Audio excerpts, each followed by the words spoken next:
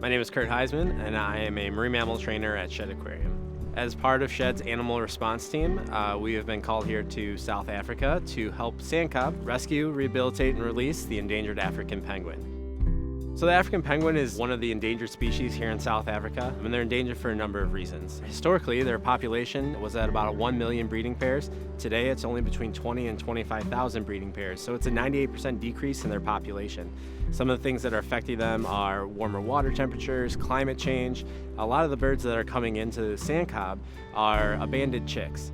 So they're being abandoned because their parents are going to molt a little bit earlier than they normally do, and that's because of the warmer climate.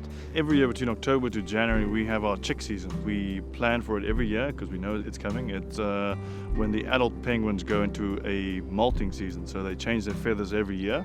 It takes between 3 to 4 weeks for them to change their feathers from their old plumage to a brand new plumage that is waterproof, and they bulk up before that, so they would almost go into a hibernation period where they would fatten themselves up, sometimes twice their weight, and they would be confined to land because as they change their feathers, they can't go into the ocean because they would have issues with hypothermia, buoyancy, and things like that. So during that period, they literally stand on land for 3 to 4 weeks and then shed their feathers.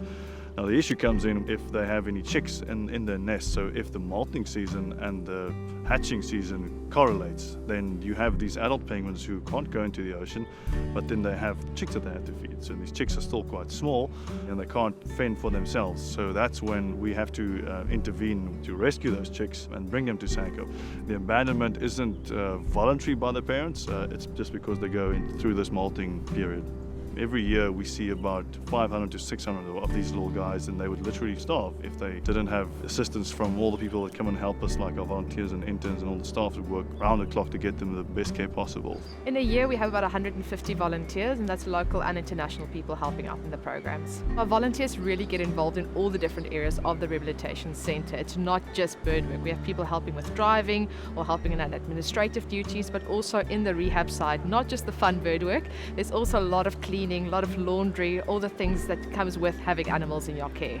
If you work at SANCCOB as a rearer, you probably have one of the most difficult jobs here and one of the most time-consuming jobs here. Any of you that have had kids, you know the drill about waking up in the middle of the night because babies have to eat every few hours. It's the same with the penguins. They do have to eat what feels like constantly. Also, you can only work with one chick at a time, so there's a lot of time, a lot of patience, and a lot of effort that goes into every single chick that comes through the center. A typical day at SANCCOB is very, very busy.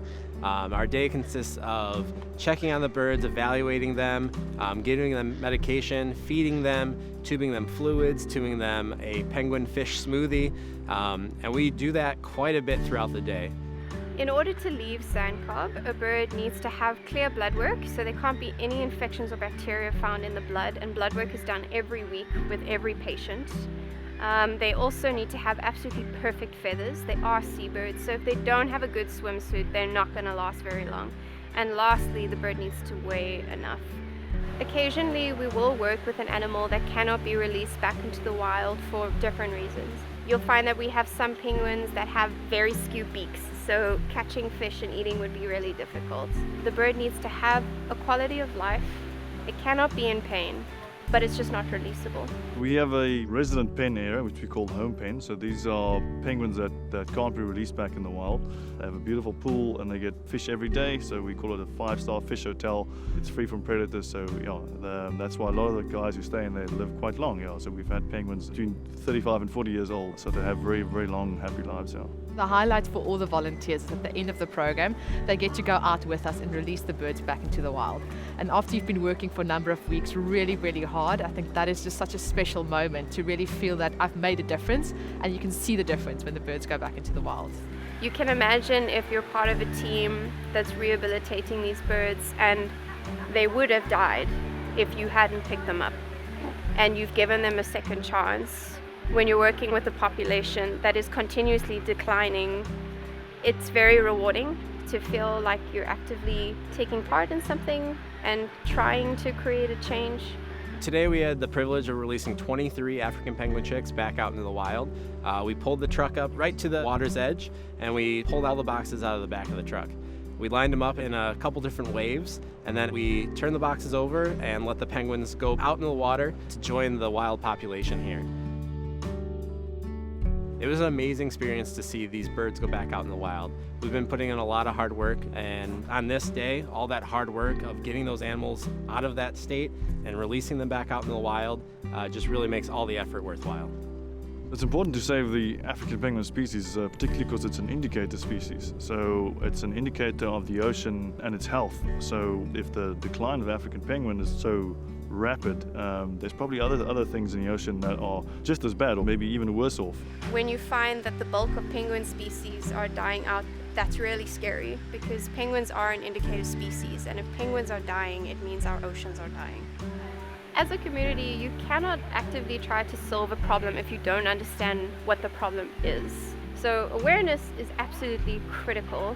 There are millions of South Africans and just millions of citizens of the world that don't even know that there are penguins that live in Africa. A lot of people don't even realize we have penguins in Africa, so they think penguins cold.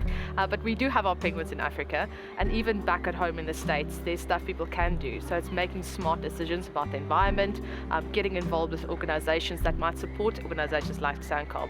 So contributing from a financial point of view, or being just an advocate about smart decisions and changing lifestyles so that we can together make a difference in the life of the species. There's quite a few things that you can do. Obviously, if you want to come and volunteer and make a trip down to Cape Town or Cape St. Francis, that's quite easy and you get some really hands-on experience. Other things that you can do at home is obviously to reduce, reuse and recycle wherever possible. If you have a local zoo or an aquarium, you can visit them, go support the work that they do. A lot of zoos and aquaria are responsible for incredible captive breeding programs that have saved countless species.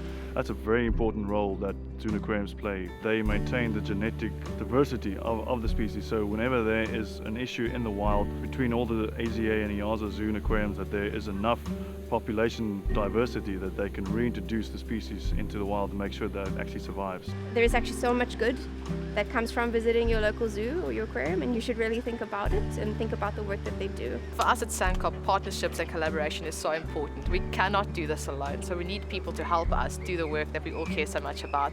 So whether it's partners back in the States, Shed Aquarium, those guys that really care and come and help us, or whether it's our local partners, together we will make the difference. Collaboration with organizations like Shed Aquarium is key to the conservation of the endangered African penguin.